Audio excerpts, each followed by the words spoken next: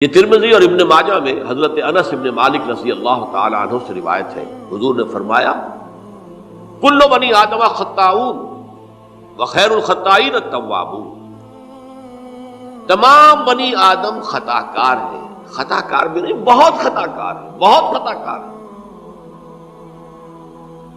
لیکن ان خطا کاروں میں بہتر لوگ وہ ہیں جو خوب توبہ کرتے ہیں، غلطی ہو گئی توبہ کرتے ہیں۔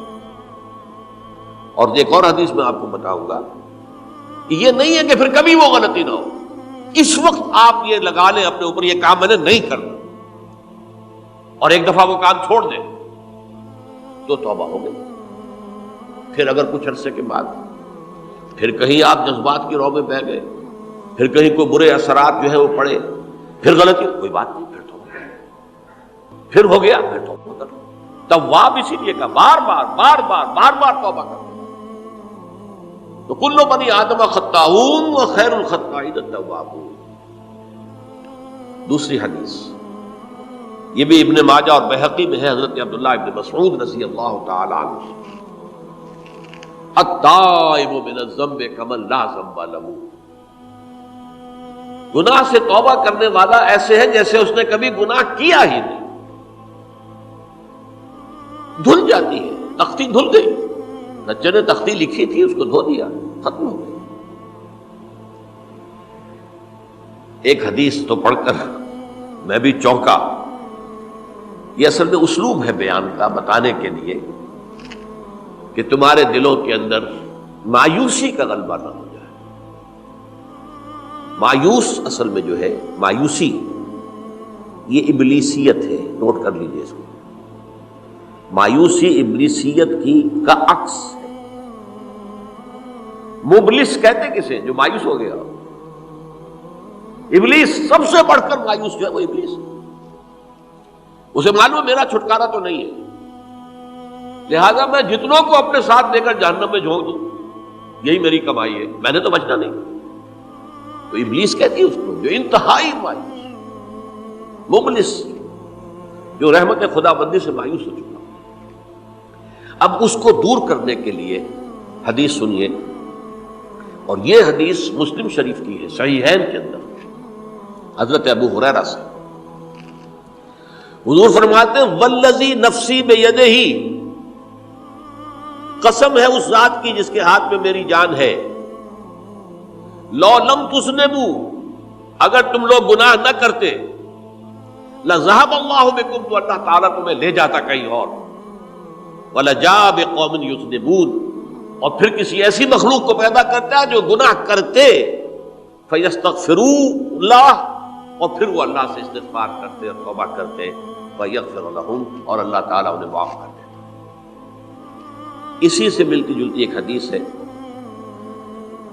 یہ امام احمد اور امام بہقی لائے ہیں، اور اس کے راوی حضرت علی ہے رضی اللہ تعالی عنہ۔ ان اللہ یحب العبد المؤمن المفتن التواب، ان اللہ یحب، اللہ تعالیٰ محبت کرتا ہے اپنے اس بندے سے، العبد المؤمن، جو مومن ہو۔ اس کی ایک اور بڑی پیاری حدیث آئے گی، المفتن التواب، جو بہت فتنوں میں مبتلا ہو جاتا ہو اور پھر بہت توبہ کرتا ہو، مفتن التواب، لیکن ساتھ ہی پلٹتا ہو، رجوع کرتا ہو، پھر اللہ کے حضور میں حاضر ہوتا ہو، پھر معافی مانگتا ہو۔ اللہ تعالیٰ کو اپنا ایسا بندہ بہت پسند ہے۔ اب میں کچھ اور حدیثیں آپ کو سنا رہا ہوں۔ توبہ کا دروازہ دو اعتبارات سے کہا گیا ہے کہ ایک وقت آنے پر بند ہو جاتا ہے۔ ایک حدیث کے تو الفاظ میں نوٹ کر کے نہیں لایا ہوں کہ اللہ تعالیٰ نے توبہ کا ایک دروازہ اتنا چوڑا کھلا رکھا ہوا ہے کہ جس کو عبور کرنا جو ہے وہ سال ہا سال میں ممکن ہو، اور یہ بند نہیں ہوتا جب تک کہ سورج مغرب سے طلوع نہ ہو جائے۔ یہ قیامت کی جو آخری، قریب قیامت کی جو آخری نشانیاں ہیں ان میں سے وہی حدیث میں آپ کو سنا رہا ہوں، عن ابی ہریرہ رضی اللہ تعالی عنہ، اور یہ مسلم شریف کی روایت ہے، من تاب قبل ان تطلع الشمس من مغربها تاب اللہ علیہ، سورج کے مغرب سے طلوع ہونے سے قبل تک جو لوگ توبہ کریں گے اللہ تعالیٰ ان کی توبہ قبول کریں گے۔ البتہ جب وہ قیامت کی وہ نشانی ظاہر ہو جائے کہ سورج مغرب سے طلوع ہو رہا ہے، اب دروازہ توبہ کا بند ہے، اب اس کے بعد اگر توبہ کوئی کرتا ہے تو اللہ تعالیٰ اس کی توبہ کو قبول نہیں کرے گا۔ یہ تو اجتماعی سطح پر ہوئی۔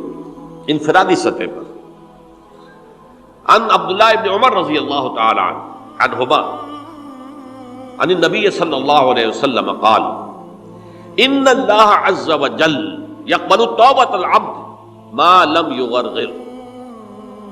یہ ترمذی میں ہے، حضرت عبداللہ ابن عمر رضی اللہ تعالی عنہما سے کہ اللہ تعالیٰ اپنے بندے کی توبہ قبول کرتا ہے جب تک کہ وہ جسے ہم کہتے ہیں گھنگرو نہ بولنے لگے حلق کے اندر، جبکہ نزع عالم نزع ہو اور جان جو ہے وہ آتا پھر یہاں اٹکتی ہے، تو اس وقت تک دروازہ کھلا ہے توبہ۔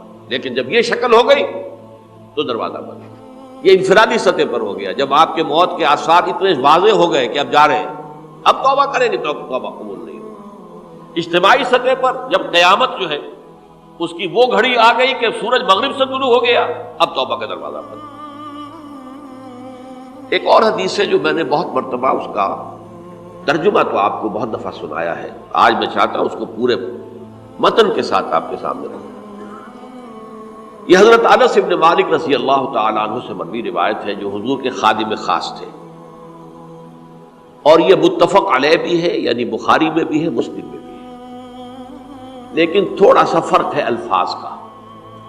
تو جو مسلم شریف کی روایت ہے اس کے الفاظ کیا ہیں؟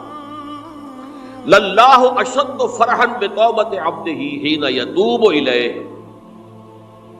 جان لو اللہ تعالیٰ کو زیادہ خوشی ہوتی ہے اپنے کسی گناہ گار بندے کی توبہ سے جبکہ وہ توبہ کرتا ہے۔ کس سے زیادہ ہوتی ہے؟ اب اس کی ایک تمثیل دی، من احدکم، ایک ایسے شخص سے بھی زیادہ بڑھ کر خوشی ہوتی ہے، کان علی راحلتہ بارض الفلات، کہ جو بہت ہی دور دراز کے اور سنسان علاقے میں سفر کر رہا تھا، فانتحرفت منہ، اس کی سواری جو ہے گم ہو گئی، وعلیہا طعامہ وشرابہ، اسی پر اس کا کھانا بھی تھا اور پانی بھی تھا، اونٹنی پر سفر کر رہا تھا، اسی پر ہوتا ہے راحلہ جو ہے راستے کا سامان، اچانک کہیں بیٹھا ہے تھوڑی دیر کے لیے سستانے کے لیے، کہیں اونگ آ گئی اور اونٹنی صاحبہ غائب ہو گئی۔ اب آنکھ کھلی اور اس نے دیکھا،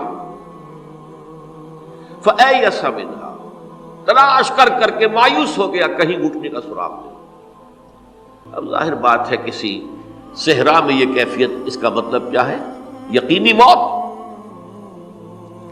فَأَتَى شَجَرَةً فَاسْتَجَعَ فِي ظِلِّهَا وَقَدْ أَيَسَ مِنْ رَاحِلَتِهِ، تو وہ ایک درخت کے نیچے اس کے سائے میں آ کے لیٹ گیا، گویا کہ موت کی امید۔ فَبَيْنَهُمَا وَهُوَ كَذَلِكَ إِذْ هُوَ بِهَا قَائِمَةٌ عِندَهُ، اس کی کہیں دوبارہ آنکھ لگی ہے، جو کھولا تو دیکھتا ہے اونٹنی تو موجود ہے، کھڑی ہے، تو وہ فوراً اس کی وہ جو رسی ہے وہ پکڑتا ہے، فَأَخَذَ بِخِتَامِهَا ثُمَّ قَالَ مِن شِدَّةِ الْفَرْقِ، اب جو اسے مسرت ہوئی اس کا آپ اندازہ کر سکتے ہیں، ایک یقینی موت کا معاملہ آ چکا تھا، اور اچانک اللہ تعالیٰ نے وہ کھوئی ہوئی اونٹنی جو ہے وہ واپس دلا دی۔ تو وہ کہنا تو یہ چاہتا تھا، اللہ تو میرا رب ہے، میں تیرا بندہ ہوں، لیکن جسے ہم کہتے ہیں کہ خوشی کی انتہا فرط مسرت میں ایسی زبان لڑکھڑائی، اس نے کہا اللہم انت عبدی وانا ربک، اے اللہ تو میرا بندہ ہے، میں تیرا رب ہوں، یہ کہنا ہے۔ تو یہ کیا ہے؟ فرط مسرت جسے آپ کہتے ہیں، خوشی کی انتہا، کہ جس میں انسان جو ہے اتنی بڑی خطا کر بیٹھتا ہے۔ اللہ کو اپنے کسی گناہ گار بندے کی توبہ سے اس سے بھی زیادہ خوشی